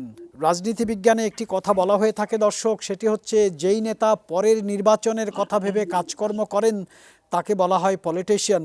যেই নেতা অর্থাৎ যেই রাজনীতিবিদ পরের প্রজন্মের কথা বিবেচনা করে রাজনীতি করেন তাকে বলা হয় স্টেটসম্যান। আর যিনি পরের শতকের কথা চিন্তা করে ক্রিয়াকর্ম বা কাজকর্ম করে থাকেন তাকে বলা হয় ফিলোসফার। বাংলাদেশের প্রধানমন্ত্রী সবসময় পরের প্রজন্মের কথা দারুণ করে ভাবেন। গ্রিন ফাইন্যান্সে চলে আসি, আপনি তো এই কথাগুলো বলছিলেন ডক্টর সুবর্ণ বড়ুয়া। প্রধানমন্ত্রী পরিষ্কার বলেছেন বাংলাদেশ শিল্পায়নে এগিয়ে যেতে চায়, বাংলাদেশ শিল্পায়নে নেতৃত্ব দিতে চায়, বাংলাদেশ শিল্পায়নে আত্মনির্ভরশীল হতে চায়, বাংলাদেশ শিল্পায়নে রপ্তানিও করতে চায়, কিন্তু সেটি পরিবেশের ক্ষতি করে নয়। Very progressive philosophy. বলুন আপনি। না, ধন্যবাদ। আমার মনে হয় যে এটা তো অবশ্যই আমাদের সবারই এক্সপেকটেশন, কিন্তু আমি জানি না, হয়তো সরকার নিশ্চয়ই অ্যাক্টিভলি আরও কাজ করছে বা চিন্তাভাবনা করছে। আমি জাস্ট একটা উদাহরণ টানতে চাই। আমারই একটা একাডেমিক রিসার্চের পারপাসে আমরা লেটসে এখন ইপিজেডগুলোর কথা একটু আগে ফারজানা শোভা বলেছিলেন, আমাদের এখানে যে ইকোনমিক জোনসগুলো করা হচ্ছে, এখানকার ইকোনমিক জোনের যে রেগুলেশনস বা যে রেগুলেটরি ফ্রেমওয়ার্কস আছে এবং ইনভেস্টমেন্ট ফ্যাসিলিটেশনের যে পলিসিসগুলো করা হয়েছে, সেইখানে এনভায়রনমেন্টাল প্রোটেকশনটাকে আমার মনে হয় যে আরও বেশি গুরুত্ব দেওয়ার সুযোগ রয়েছে।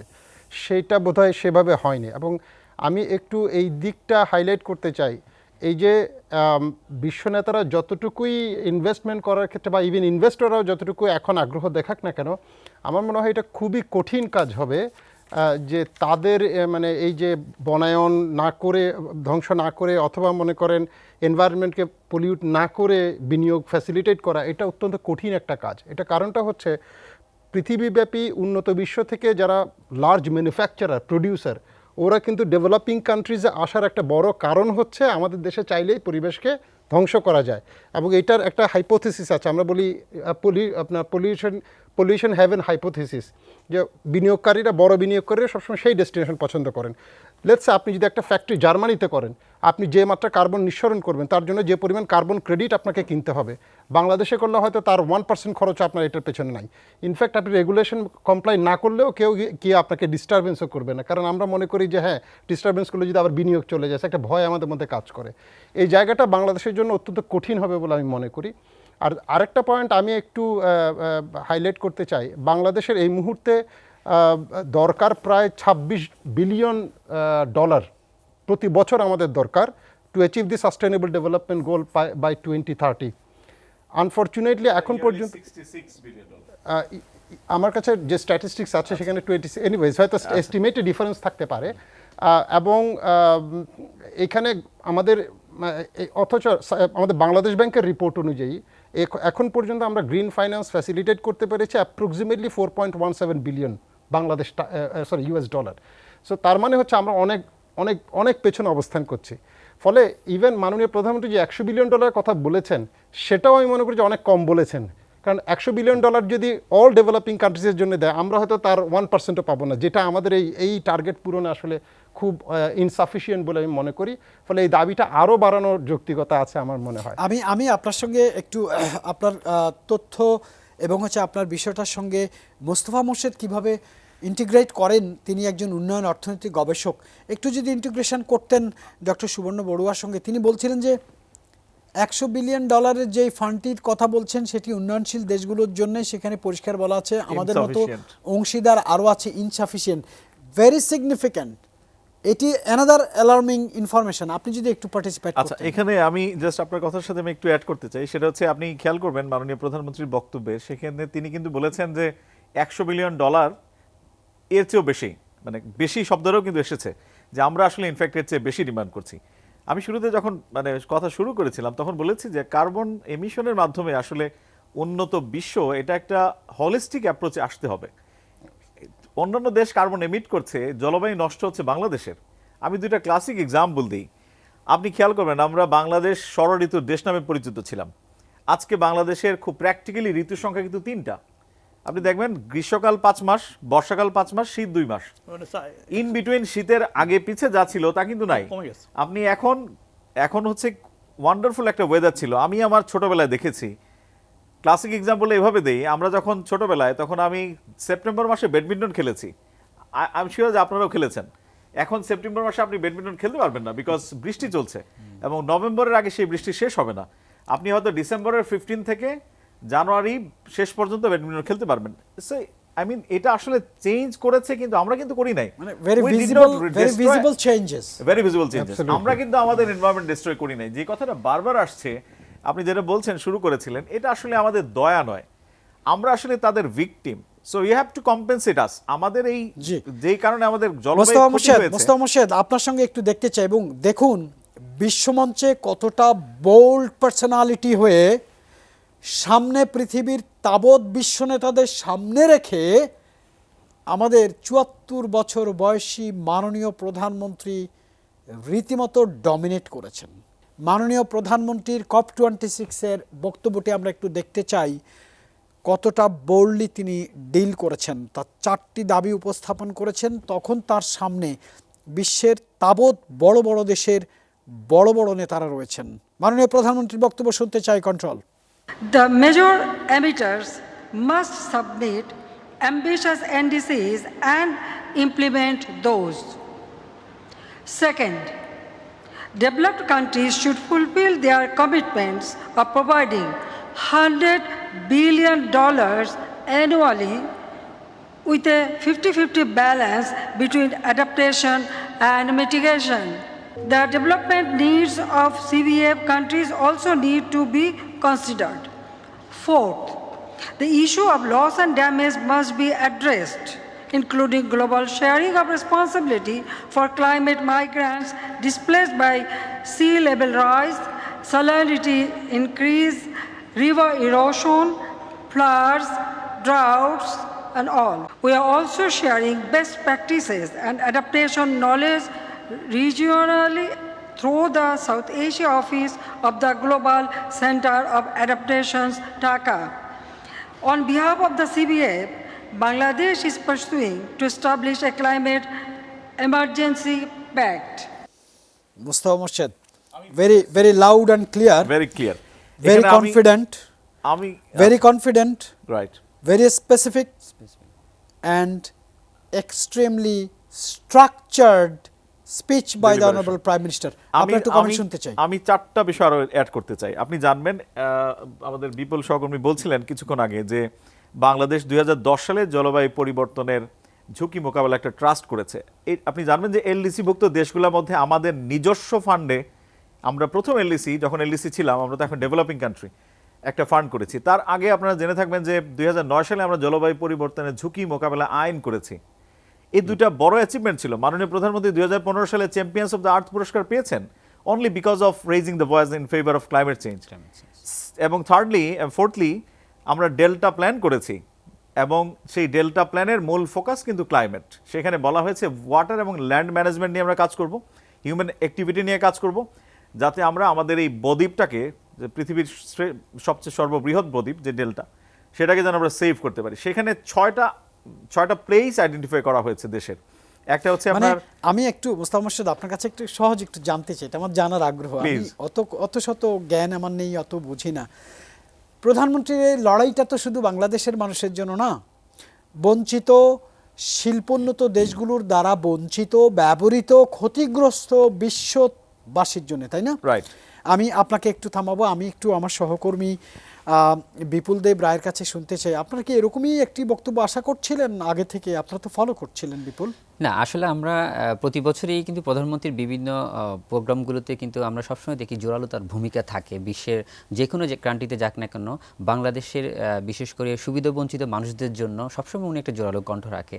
তবে একটা বিষয় আমি বলতে চাই যে আসলে আমরা বারবার দেখছি যে বিশ্ব রাজনীতি, মানে আন্তর্জাতিক যে রাজনীতির যে কূটকৌশল বলা হয়, সবসময় বাংলাদেশে কিন্তু পিছিয়ে দেয়।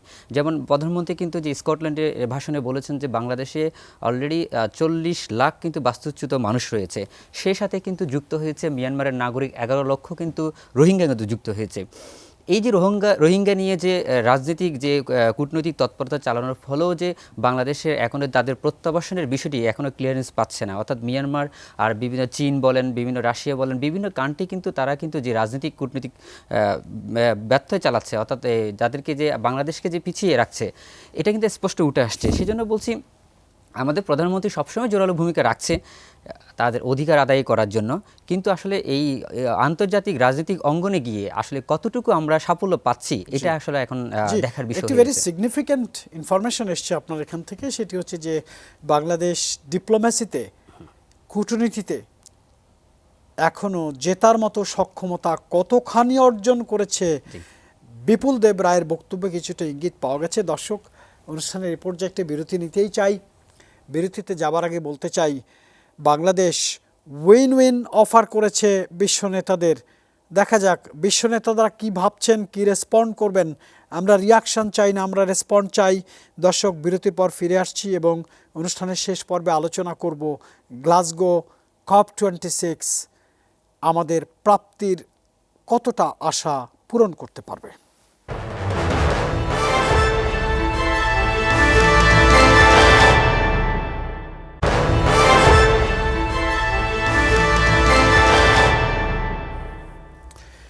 দর্শক, অনুষ্ঠানের মাঝামাঝি বলছিলাম যে একটি গ্লাসগো সম্মেলন বা একটি প্যারিস চুক্তি বা COP26 4 বছর পর পর হয়, সেখানে প্রধানমন্ত্রী জোরালো বক্তব্য দেবেন। আমরা গণমাধ্যম কর্মীরা সেটি নিয়ে আলোচনা করব, টকশো করব, মিনি পার্লামেন্ট করব, তারপরে অন্য কোনো ইস্যুতে জড়িয়ে পড়ব। প্রধানমন্ত্রীর এই ভয়েস হারিয়ে যাবে সেটা তো হতে পারে না। আমাদেরকে কন্টিনিউ ডিপ্লোমেসি করার জন্য আমাদের পররাষ্ট্র মন্ত্রণালয় রয়েছে, আমাদের অন্যান্য মন্ত্রণালয় রয়েছে, আমাদের বিভিন্ন বিভাগ রয়েছে, তারা নিশ্চয়ই কাজ করবেন এই প্রত্যাশা রেখে আজকের এসিটিভি সংলাপের শেষ পর্বে আপনাদের আবারও আমন্ত্রণ জানাচ্ছি।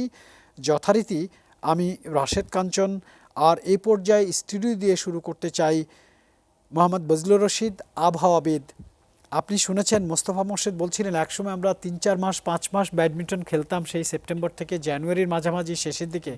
এখন আর 1 মাসও খেলা যায় না, গরম চলে আসে বা বৃষ্টি থাকে। তার মানে হচ্ছে পৃথিবী খুব দ্রুত তার রূপ পাল্টাচ্ছে, উষ্ণতা ভীষণ দ্রুত বাড়ছে। আপনি একজন আবহাওয়াবিদ, সব কিছু ফোরকাস্ট করেন, আগে বলুন তো বিষয়টি নিয়ে যদি ব্যবস্থা জোরালোভাবে না নেওয়া হয়, তাহলে একসময় তো এই 15 দিনের ব্যাডমিন্টন খেলার স্পেসও আমরা পাবো না। সেরকম কিছু ভাবছেন কি না? আসলে হচ্ছে এখানে বড় ধরনের একটা চেঞ্জ হয়ে গেছে, যেটা ইতিমধ্যে বলা হয়েছে, যেটা হচ্ছে বর্ষাকাল যখন শুরু হয়, আগে দেখা যায় টানা 3 দিন বৃষ্টি হতো, কিন্তু এখন তো দেখা যাচ্ছে জুন মাসে বৃষ্টি অনেকটা কমে গেছে, আবার জুলাই এবং আগস্ট মাসে বৃষ্টিটা বেড়ে গেছে, এবং সেপ্টেম্বর থেকে আবার কমে গেছে, আবার অক্টোবর সেপ্টেম্বর বৃষ্টি বেড়ে গেছে। অর্থাৎ বর্ষা লম্বা হয়েছে, কিন্তু দেখা যাচ্ছে যে মাঝখানে এক্সট্রিম ইভেন্ট, অর্থাৎ একদিনে অনেক বৃষ্টি হয়ে গেল, যেগুলো বড় ধরনের বিশেষ করে ইকোনমিক্যাল অনেক লস হয়, এগ্রিকালচারের লস হয়। আর একটা হচ্ছে আমরা প্রি মনসুন, অর্থাৎ মনসুনের আগে মার্চ এপ্রিল মে, এই সময় যেটা হচ্ছে একদিকে প্রচণ্ড হিট হয়ে বেড়ে যাচ্ছে, অন্যদিকে দেখা যাচ্ছে আপনার থান্ডারিং অ্যাক্টিভিটি, অর্থাৎ প্রচুর থান্ডারিং অ্যাক্টিভিটি হচ্ছে, Extreme events যেটাকে আমরা বলছি। প্রচুর লোক মারা যাচ্ছে। এর মেন কারণ হচ্ছে কি আপনার মনসুনের বৃষ্টিটা শিফট হয়ে প্রি মনসুনে কিছুটা চলে গেছে, এবং দেখা যাচ্ছে ওই সময় ফ্রিকুয়েন্টলি কালবৈশাখী ঝড় হচ্ছে। এবং এই যে একটা সিজনাল প্যাটার্ন, আগে আমরা 6 ঋতু বলতাম, এখন যেটা ইতিমধ্যে বলেছে 3 ঋতু। আসলে যেটা হচ্ছে উইন্টারে যেটা দেখা যাচ্ছে যে উইন্টারে সবচেয়ে অ্যালার্মিং, অর্থাৎ উইন্টার টেম্পারেচারটা কম্পারেটিভ সবচেয়ে বেশি বেড়েছে। দেখা যায় উইন্টারে যে ডিউরেশন শর্টেজ হয়ে গেছে, আবার দেখা যাচ্ছে হঠাৎ করে জানুয়ারিতে যে মানে এত শীত পড়ছে যেটা রেকর্ড ব্রেক, শৈত্যপ্রবাহ ফ্রিকোয়েন্সি বেড়ে গেছে। মানে এখানে হচ্ছে একটা সিজনালিটি বড় ধরনের চেঞ্জ হয়েছে, যেটা আমাদের ইকোনমিক্যালি ইম্প্যাক্ট করছে, তার সাথে হেলথের, বিশেষ করে হেলথে এবং এগ্রিকালচার। আমরা জানি যে আমাদের ক্রপ, বর্তমান যে ক্রপ আছে এটা অত্যন্ত সেন্সিটিভ, এবং এক্ষেত্রে যদি 1 ডিগ্রি টেম্পারেচার বাড়ে সেক্ষেত্রে বিভিন্ন ক্রপসে বড় ধরনের ইফেক্ট হবে, যেটা ইতিমধ্যে অনেক ক্রপে এই ধরনের ইফেক্ট দেখা গেছে। টেম্পারেচার বৃদ্ধির বিষয়টা আমি জাস্ট একটু অ্যাড করি, সেটা হচ্ছে আপনারা জানবেন 1980 সাল থেকে 2009 সাল পর্যন্ত 50 ডিগ্রি সেলসিয়াসের দিন সংখ্যা ছিল ওয়ার্ল্ড মাত্র 14 দিন। 2010 থেকে 19 পর্যন্ত সেই সংখ্যা বেড়ে হয়েছে 26 দিন। তাহলে আপনি জাস্ট চিন্তা করেন, অলমোস্ট ডাবল হয়ে গিয়েছে। 50 ডিগ্রি সেলসিয়াস ওয়ার্ল্ড টেম্পারেচার এখন ডাবল। আরেকটা যেটা হচ্ছে, আগে দেখা যাচ্ছে শুধু হিট ওয়েভ পড়তো মার্চ এপ্রিল মে, এখন এই বছরে দেখা গেছে যে হিট ওয়েভ আপনার জুন জুলাই আগস্ট কেন আপনি অক্টোবর পর্যন্ত হিট ওয়েভ। এখন আপনি রাতে কাঁথা গায়ে দিচ্ছেন, সারাদিন খুব গরমের মধ্যে আছেন। জি, মোস্তাফা মোর্শেদ এবং বজলুর রশিদ দুজনে দারুণ একটি বিষয়ে কথা বলেছেন, পরিবর্তনের কিন্তু সব কিছুর ব্লাড লাইন যে ইকোনমি, যে শিল্পায়ন, সেটি নিয়ে গ্রিন ফাইন্যান্স, অর্থাৎ গ্রিন ফাইন্যান্স নিয়ে যিনি কাজ করেন ডক্টর সুবর্ণ বড়ুয়া, আপনার কাছে যেতে চাই। প্রধানমন্ত্রী কিন্তু তার বক্তব্য এটা বলেছেন 50% অ্যাডাপ্টেশন অ্যান্ড 50% মিটিগেশন, যেটি আপনি শুরু থেকে বলছিলেন যে মিটিগেশন এবং অ্যাডাপ্টেশন উইন উইন রাখতে হবে, মোকাবেলাও করতে হবে, বন্ধও করতে হবে। আমি যে বিষয়টি জানতে চাই সেটি হচ্ছে গ্রিন ফাইন্যান্সের জন্য তো বিশ্বব্যাপী কথাবার্তা হচ্ছে, বাংলাদেশ ঠিক এই মুহূর্তে প্রস্তুত কিনা to put it into HPC, high priority concentration? আমি মনে করি যে এখন ডেফিনেটলি আমরা প্রস্তুত, এবং আমি এটা দিয়ে একটু স্টার্ট করতে চাই যে এই যে সার্বিক আলোচনায় আমরা দেখতে পাচ্ছি যে ডেভেলপড কান্ট্রি কখন টাকা দেবে তার দিকে যে আমরা সারা বছর তাকিয়ে থাকি, তারা টাকা দিলে আমাদের এখানে ক্লাইমেট মিটিগেশনের প্রজেক্ট হয়, না হলে হয় না। এই যে একটা মানে শৃঙ্খল, এটাকে আমি বলি ক্লাইমেট ইমপ্রিজনমেন্ট, এই যে একটা কারাগারের মধ্যে আমরা বন্দী হয়ে গেছি, তাদের উপরে আমরা সবসময় পরনির্ভরশীল। আমরা কেন টাকার জন্য তাদের উপরেই, তাদের দিকে সবসময় তাকিয়ে থাকবো? এবং সেই তাকিয়ে থাকাটা, হ্যাঁ অবশ্যই আমরা আমাদের ন্যায্য পাওনাটা চাইবো যেভাবে মাননীয় প্রধানমন্ত্রী চেয়েছেন। আমার মনে হয় অ্যাট দ্য সেম টাইম এই মুহূর্তে থেকে আমাদের কাজ করা উচিত লোকাল যে ফাইন্যান্সিয়াল সিস্টেম, পার্টিকুলারলি আপনি খেয়াল করবেন প্রাইভেট সেক্টর ছাড়া কিন্তু আপনি কখনোই অ্যাডিকুয়েট ফাইন্যান্স মোবিলাইজ করতে পারবেন না। সরকার একা টাকা দিয়ে কখনোই এত কিছু করতে পারবে না। মেজরিটি সোর্স আসতে হবে প্রাইভেট সেক্টর থেকে। এটা আমাদের যে সেকেন্ড পার্সপেক্টিভ প্ল্যান থেকে সব জায়গায় কিন্তু প্রাইভেট সেক্টরকে একটা মেজরিটি একটা ফান্ডিংয়ের একটা সোর্স হিসেবে ধরা হয়েছে। এখানে যদি আমরা প্রাইভেট সেক্টরকে যদি কোনোভাবে ইনভলভ করতে না পারি তাহলে কিন্তু কখনোই হবে না। সেই কারণে বাংলাদেশ ব্যাংকের যে সাস্টেনেবল ফাইন্যান্সিং প্রোগ্রামগুলো আছে স্ট্রেচ আউট করতে হবে। এবং একটা মেজর জায়গা যেটা আমরা সবসময় মিস আউট করে যাই, বাংলাদেশের না শুধু সারা পৃথিবীতেই আপনার ক্যাপিটাল ফরমেশন বা যে কোনো একটা কোম্পানি যে long term capital formation, long term investment, এইটার মেন সোর্স হচ্ছে ক্যাপিটাল মার্কেট। আমাদের দেশে ক্যাপিটাল মার্কেটে কিন্তু সাস্টেনেবল সিকিউরিটিজ অথবা গ্রিন ফাইন্যান্স বা গ্রিন বন্ডস আমরা যদি বলি, বা ক্লাইমেট বন্ডস, আমাদের এইটা অলমোস্ট নেই বললেই চলে। জাস্ট এই বছর আমাদের বাংলাদেশ সিকিউরিটি এক্সচেঞ্জ কমিশন একটা গ্রিন বন্ড ইস্যু করিয়েছে, সাজিদা ফাউন্ডেশন, একটা এনজিওর। বাট আমার কাছে মনে হয় যে এই জায়গাটা আমাদের ম্যাসিভলি নজর দেওয়া উচিত। আরেকটা ইম্পর্টেন্ট পয়েন্ট হচ্ছে, খেয়াল করেন আমাদের যে পরিমাণের পাবলিক ইনভেস্টমেন্ট এখন হচ্ছে পদ্মা ব্রিজ থেকে সব জায়গায়, বিভিন্ন যে বড় বড় প্রজেক্ট, আমরা এই টাকার জন্য কিন্তু ট্রেডিশনাল সোর্সের উপরে বসে থাকি। কিন্তু আমার মনে হয় যে এই জায়গাটায় আমরা অল্টারনেটিভ ফাইন্যান্সিংয়ের অনেক রকমের মডেল আমরা নিয়ে কাজ করতে পারি, যেগুলো এই ধরনের অনেক প্রজেক্ট আছে কিন্তু যেগুলো এনভায়রনমেন্টাল বেনিফিট আছে। সো সেইগুলোর জন্য কিন্তু চাইলে আপনি জোর দিচ্ছেন যে এখন আর বিষয়টি থিওরিটিক্যাল না, প্র্যাকটিক্যাল না, এখন আর থিওরিটিক্যাল না, এবং সেটি বিশ্বমঞ্চে বা আলোচনা, কনফারেন্স, সেমিনারের বিষয় না। It should be started practically right now, এবং এটা ঠিক আছে, দুটো বাংলাদেশ তো কিন্তু গত 10-12 বছরে আমরা যেটা দেখেছি মাননীয় প্রধানমন্ত্রী যেভাবে উনি পরিকল্পনা যে এগিয়ে যাচ্ছে, সেখানে বাংলাদেশ কিন্তু অনেক কিছুতেই সক্ষমতা অর্জন করেছে। স্বাস্থ্য খাত বলেন, শিক্ষা খাত বলেন, কৃষি খাত বলেন, সবকিছু আস্তে আস্তে ডেভেলপ হচ্ছে। এই যে ক্লাইমেট চেঞ্জ নিয়ে কিন্তু মাননীয় প্রধানমন্ত্রী যে জলবায়ু ট্রাস্টটা গঠন করে, এটা কিন্তু বিশ্বের এখনো কিন্তু কোনো দেশ কিন্তু অর্থায়ন করে নাই। এটা বাংলাদেশের নিজস্ব ফান্ডে কিন্তু এটা করা হয়েছে, এবং এই ফান্ডের আওতায় আমার যতটুকু জানার মতে প্রায় 377টি প্রকল্প কিন্তু ওনারা বাস্তবায়ন করেছে। আরও কিন্তু প্রায় 177টির উপরে প্রকল্প কিন্তু চলমান রয়েছে।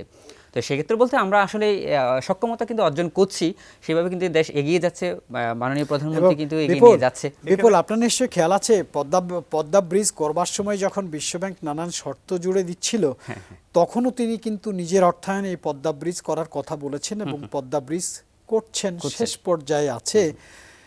একইভাবে তিনি $100 বিলিয়ন ছাড়পত্রের কথা বলছেন বিশ্ব নেতাদের কাছে। একই সঙ্গে তিনি কিন্তু back to back backup plan রেখেছেন যে বিশ্ব নেতারা উন্নত দেশগুলো টাকা ছাড় না করলে তিনি কিন্তু অলরেডি 372টি প্রকল্প করেছেন। আমাদের $200 মিলিয়ন একটা গ্রিন ফান্ড রয়েছে, সরকার সেটা ইস্যু করেছে, আমাদের বাজেটে রয়েছে সেই সাপোর্ট।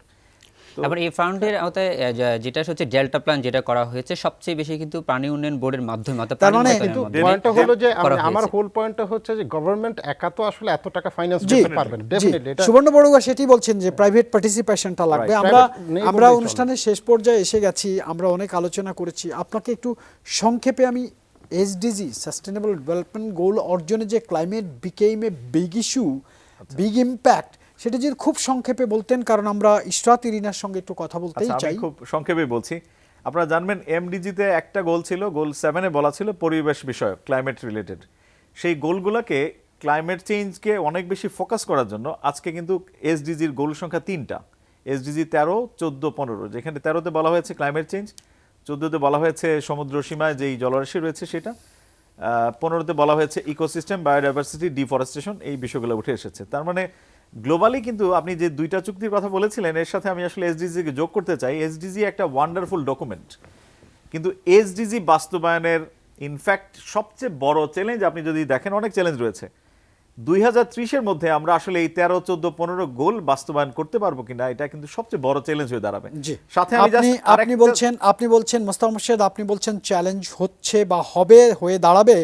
আমরা একটু তরুণ প্রজন্মের কথা বলতে চাই। ইশরাত ইরিনা জার্মানিতে অধ্যয়নরত, গবেষণারত, বর্তমানে বাংলাদেশ সফর করছেন। ইশরাত ইরিনা, আপনার কাছে জানতে চাই, ইউ রিপ্রেজেন্ট এ জেনারেশন যাদেরকে এনজিটিও বলা হয়ে থাকে, নেক্সট জেনারেশন টিম।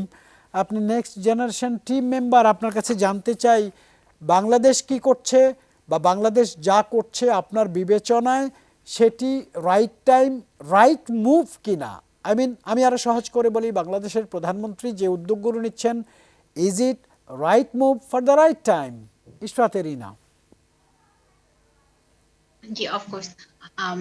আমার কাছে মনে হয় এখন যে ইনিশিয়েটিভ গুলো নেওয়া হয়েছে সেটা ডেফিনেটলি এই কারেন্ট টাইমের জন্য অ্যাপ্রোপ্রিয়েট। বাট আপনি যদি বাংলাদেশে এসে কাজ করতে চান, আপনার কাজের প্যাটার্নটা কিন্তু একটা বদলাতে হবে, বিকজ এখানে আমাদের যে মাস পিপল আছে তাদের কিন্তু কনসিয়াসনেসের যে লেভেলটা আছে বা অ্যাওয়ারনেসের যে ব্যাপারটা আছে সেটা কিন্তু একটা ডেভেলপড কান্ট্রির চেয়ে অনেক কম। সো সেক্ষেত্রে আমরা এখানে সাস্টেইনেবল ডেভেলপমেন্ট গোলস নিয়ে কথা বলছি, এটা হয়তো খুব স্পেসিফিক একটা গ্রুপ অফ পিপল এটা নিয়ে কাজ করছেন। আমি গোল নাম্বার 3 নিয়ে কাজ করি, যেহেতু আমি হেলথ সায়েন্স নিয়ে কাজ করি, পড়াশোনা করি। সো আমি যখন লোকালি কাজ করতে যাই, আমার জন্য ফার্স্ট চ্যালেঞ্জটা হয়ে দাঁড়ায় যে মানুষকে অ্যাওয়্যার করা। সো গভর্নমেন্ট যে ইনিশিয়েটিভ গুলো নিয়েছে সেটার সাথে আমি বলবো যে অ্যাওয়ারনেস ক্যাম্পেইন গুলো আরো অনেক বেশি বাড়াতে হবে, সো দ্যাট মানুষ জানতে পারে। কারণ গভর্নমেন্ট যে ইনিশিয়েটিভস গুলো নিচ্ছে এবং আমাদের যে গ্লোবাল গোলস গুলো আছে সেটার সাথে যদি আমরা রিলেট করি এবং লোকালি যারা আছেন তাদের যদি আমরা একটু নলেজের ব্যাপারটা একটু এনশিওর করি, সেক্ষেত্রে কিন্তু খুব ভালো একটা ব্রিজ হবে এই 2টা সেক্টরের মাধ্যমে। এবং গভর্নমেন্ট লেভেল থেকে যে প্রজেক্টস গুলো নেওয়া হচ্ছে, আমি বলবো যে এগুলোর আরেকটু ভালোভাবে মনিটর করা উচিত। এখন আপনি যদি বলেন যে বাংলাদেশের সিচুয়েশনে আমি আমার জায়গা থেকে এই ক্লাইমেট চেঞ্জটাকে ট্যাকেল দেওয়ার জন্য কি ধরনের সলিউশন আমি চিন্তা করি, ফার্স্টে আমার ক্ষেত্রে যেটা মনে হয় যে ওয়েস্ট ম্যানেজমেন্টটাকে আরো বেশি আপ টু ডেট করতে হবে। বিকজ আমাদের এখানে দেখবেন যে বাংলাদেশে, আমি যেটা অলরেডি মেনশন করেছি, প্লাস্টিক প্রোডাক্টস অনেক অনেক অনেক বেশি পরিমাণে ইউজ করা হয়, কিন্তু এগুলো যখন ম্যানেজমেন্টে আসছে মানুষ ইচ্ছা মতো যেখানে সেখানে ফেলে দিচ্ছে। সো আমরা যদি এরকম কোনো সিস্টেম নিয়ে আসতে পারি যেখানে একটা নির্দিষ্ট স্থানে বা কোনো একটা মেশিন টাইপের বুথের মধ্যে আমরা আমাদের প্রতিদিনের লাইফে যে প্লাস্টিক প্রোডাক্টস গুলো ইউজ করি, ওয়াটার বটলস বা যে কোনো কিছু, সেটা যদি আমরা একটা নির্দিষ্ট স্থানে জমা রাখতে পারি এবং সেখান থেকে যদি আমরা একটা মানি আর্ন করতে পারি এবং পাবলিক অ্যাওয়ারনেস যদি ওভাবে ক্রিয়েট করা হয়, সেক্ষেত্রে কিন্তু মানুষ যেখানে সেখানে ওয়েস্ট গুলো ফেলবে না।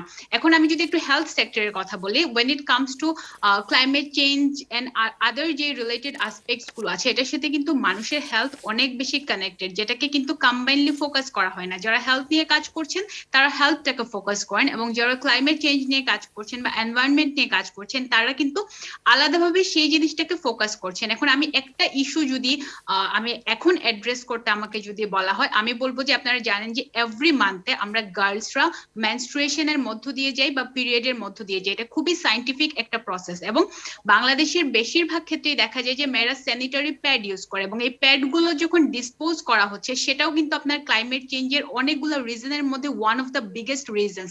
এখন আমি যে প্রজেক্টটা এখানে চালু করছি, আমি নেক্সট মান্থ থেকে একটা প্রজেক্ট এখানে লঞ্চ করতে যাচ্ছি, আমি সেটার ব্যাপারে যদি একটু শেয়ার করি, তাহলে আমি এই স্যানিটারি প্যাড ইউজটাকে যদি আমি কমিয়ে আনি, তাহলে আমার অল্টারনেটিভ সলিউশন কি হবে? ডেভেলপড কান্ট্রিগুলোতে যেটা হয়, ওরা প্লাস্টিকের এই যে প্রোডাক্টস গুলো বা স্যানিটারি প্যাডের পরিবর্তে ওরা হচ্ছে সিলিকন গ্রেডের, যেটা এনভায়রনমেন্ট ফ্রেন্ডলি এবং মানুষের জন্য হেল্পফুল মেনস্ট্রুয়াল কাপ ইউজ করছে। এখন বাংলাদেশে যেখানে আমাদের স্লামে বলেন বা বিভিন্ন জায়গায় মেয়েরা পিরিয়ডের সময়টাতে হাইজিন প্রোডাক্ট ইউজ করতে পারে না, সেখানে সিলিকন গ্রেডের মেনস্ট্রুয়াল কাপ যদি আমি প্রমোট করি, এটা আমার জন্য চ্যালেঞ্জিং হবে। সো আমি যেটা ফার্স্টে করবো, আমি অ্যাওয়ারনেস ক্রিয়েট করতে হবে। সো প্রাইভেট সেক্টর থেকে আমি আমার জায়গা থেকে কাজ করছি, গভর্নমেন্ট যদি এই ধরনের কিছু ইনিশিয়েটিভ মানে বিগার পরিসরে নেয়, সেক্ষেত্রে দেখা যাবে যে অ্যাওয়ারনেস যখন ক্রিয়েট হবে মানুষ কিন্তু বুঝতে পারবে। এখন আমি যে অ্যাওয়ারনেস ক্রিয়েট না করে শুধুমাত্র গ্লোবাল গোলস বা সাস্টেইনেবল ডেভেলপমেন্ট গোলস এর কথা বলি, সেটা কিন্তু ফ্রুটফুল হবে না। জি জি, ইশরাত এরিনা, অনেক ধন্যবাদ। নতুন প্রজন্মের নতুনদের কাছে নতুন চিন্তা ভাবনা, নতুন উদ্ভাবনী বক্তব্য আমরা পাই। দর্শক, আমার আজকের প্যানেলটি ছিল অত্যন্ত মেধাবী মানুষের ঠাসা, যাদের মধ্যে দেশপ্রেম রয়েছে, যারা বিষয়টিতে গভীর জ্ঞান রাখেন। এরকম মেধাবী প্যানেল বা প্যানেলিস্টরা বক্তব্য দেবার পরে আমার মতো খুব সাধারণ একজন সংবাদকর্মীর আসলেই আর বলার কিছু থাকে না। আমি ধন্যবাদ জানাতে চাই উন্নয়ন অর্থনীতি গবেষক মোস্তফা মুর্শেদকে। ধন্যবাদ রয়েছে ডক্টর সুবর্ণ বড়ুয়া, অ্যাসোসিয়েট প্রফেসর, ঢাকা বিশ্ববিদ্যালয়। ধন্যবাদ মোহাম্মদ বজলুর রশিদ, আবহাওয়াবিদ। আমার সহকর্মী স্টাফ রিপোর্টার এসটিভি বিপুল দেব রায়। কৃতজ্ঞতাও জানাতে চাই অধ্যাপক অধ্যয়ন বিভাগ, ঢাকা বিশ্ববিদ্যালয়ের ডক্টর রাশেদ আল মাহমুদ তিতুমির, প্রধান নির্বাহী বেলার সৈয়দা রিজওয়ানা হাসান, যিনি যোগ দিয়েছিলেন, তার বক্তব্য সমাপ্ত করতে পারেননি। আমাদের সঙ্গে ছিলেন ইশরাত এরিনা, জার্মানিতে অধ্যয়নরত, কর্মরত, গবেষণারত, বর্তমানে বাংলাদেশ সফর করছেন। বাংলাদেশের সাধারণ মানুষদের জন্য পরিবেশ বান্ধব বিভিন্ন কার্যক্রম চালাচ্ছেন। প্রধানমন্ত্রী সফর সঙ্গে আমাদের সহকর্মী সিনিয়র রিপোর্টার এসটিভি ফারজানা শোভা। এছাড়াও আমরা যাদের সঙ্গে যুক্ত হয়েছি, যাদের সঙ্গে কথা বলেছি, গবেষণা করেছি, আপনাদের সামনে তথ্য উপস্থাপন করানোর জন্যে। বটম লাইনটি হচ্ছে, দর্শক, আমাদের প্রধানমন্ত্রী ঘুরে বেড়াচ্ছেন বিশ্বজুড়ে, বন্দর থেকে বন্দরে, দেশ থেকে দেশান্তরে, মঞ্চ থেকে মঞ্চে আমাদের দাবি আদায়ের জন্যে। কিন্তু নাগরিক হিসেবে আমাদেরও যেসব কর্তব্য রয়েছে, সেরকম কর্তব্যগুলো পালন করবার জন্যে আমাদেরকেও এগিয়ে আসতে হবে। তাহলে ঠিক করা যাবে এই ধরিত্রীকে, এই পৃথিবীকে পরিবেশ বান্ধব করে তোলা যাবে। আমাদের নিজেদের জন্যে, আমাদের পরের প্রজন্মের জন্যে পৃথিবী আবার আগের মতো শীতল হয়ে উঠবে। ষড়ঋতুর আওয়াজ আমরা পাবো, ষড়ঋতুর দৃশ্যগুলো আবার আমরা ফিরে পাবো। সেরকম এক সুন্দর, সুশীতল, আরামদায়ক, নিরাপদ পৃথিবীর প্রত্যাশায় আমি রাশেদ কাঞ্চন আজ বলছি শুভরাত্রি।